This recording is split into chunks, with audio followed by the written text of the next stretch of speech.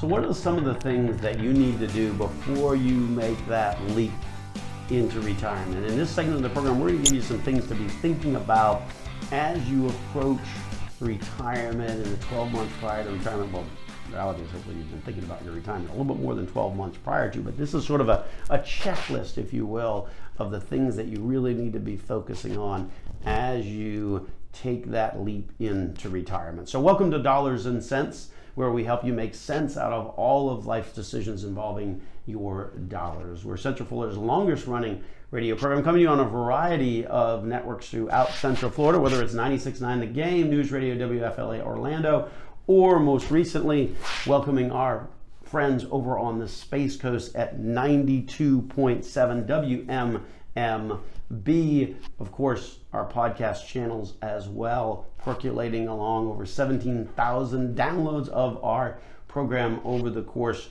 of the past few years. So we welcome our podcast listeners as well. My name, of course, is Joel Garris. I'm a certified financial planner, certified financial fiduciary with Nelson Financial Planning, where our team of certified financial fiduciaries stands ready this week to help you change your life with a successful and cost-effective financial plan. So you're thinking about getting ready to retire.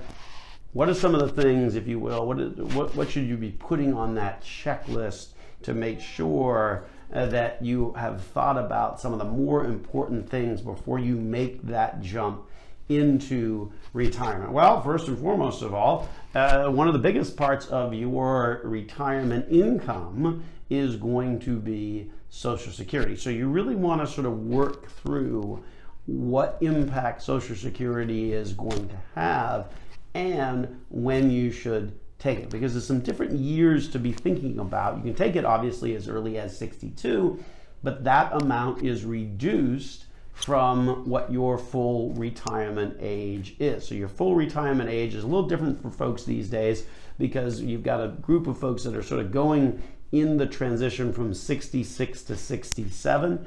The reality is that in a few years' time, the full retirement age for everybody is going to be 67. So that when you get your Social Security statement, there's a number that appears on the front page in terms of how much monthly income you're going to get. That number on the front page represents the amount that you will get at your full retirement age, which again, for most people is going to be 67.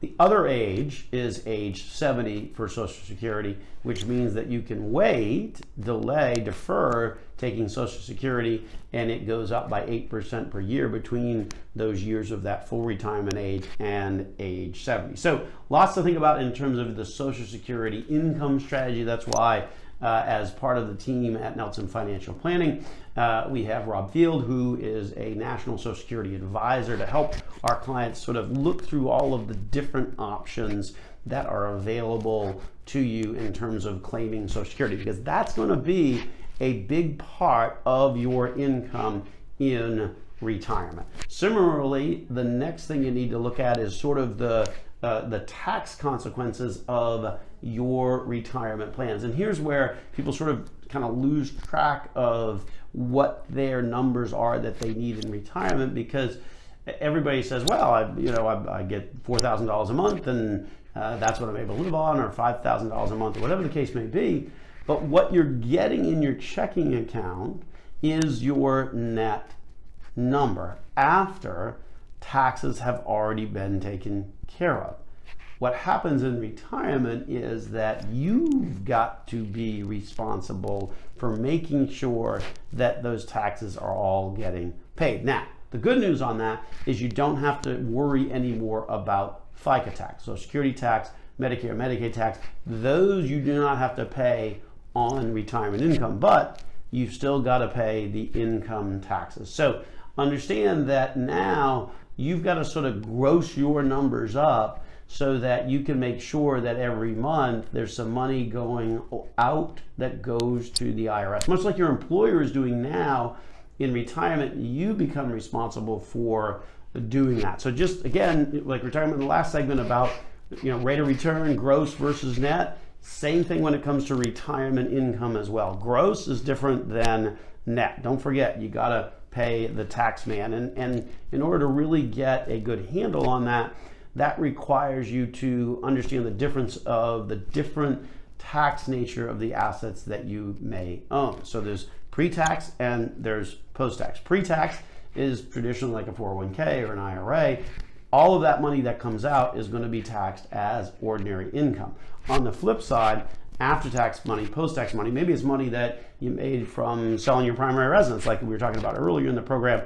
That money is post-tax money, so that money is not subject to the same level of taxation, and in fact, for the most part, is taxed as dividends, capital gains, things like that. Those types of income items are taxed at a different rate than income. So understand the tax consequences of your retirement plan. Again, that's why as part of the team at Nelson Financial Planning, we have not only a CPA, but also an IRS enrolled agent on as part of the team to really kind of dig into these numbers and make sure that the picture is as accurate as possible.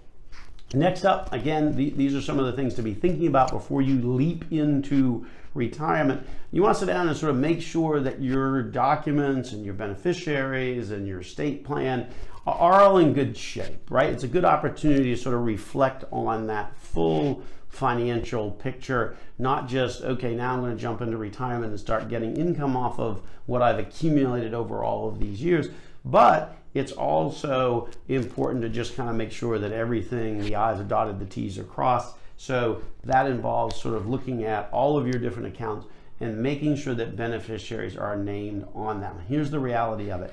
If you name a beneficiary on an account, it becomes much, much easier for that account to transfer to those folks once you pass.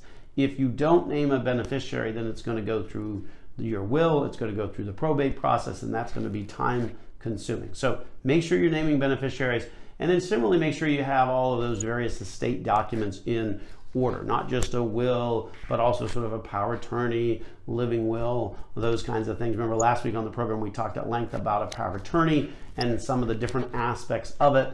And certainly you want to have those types of documents in place. So another thing to sort of put on the checklist before you jump. And then you obviously want to be looking at your investment allocation, right? If you're about ready to retire, this is certainly something you should have been doing along the way. You're sort of tweaking the allocation as you get closer to retirement. But in basic terms, the investment approach should be shifting from sort of a growth approach to more of a growth and income approach. So ultimately, that transition should have been one that is happening as you get closer to retirement, but certainly you really want to be looking at that investment allocation, particularly as you're about ready to jump into retirement.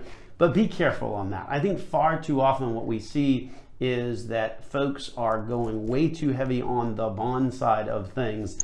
And unfortunately these days, not much of a rate of return on the bond side. So be careful before you get too far into that conservative side. Remember, your assets have to last you. If you're retiring at 65, married couple, the odds are like almost 100% that one of you will make it to 85. So that's a 20-year time horizon. So you want to be careful that you're not getting too conservative, if you will, when you make that jump to retirement.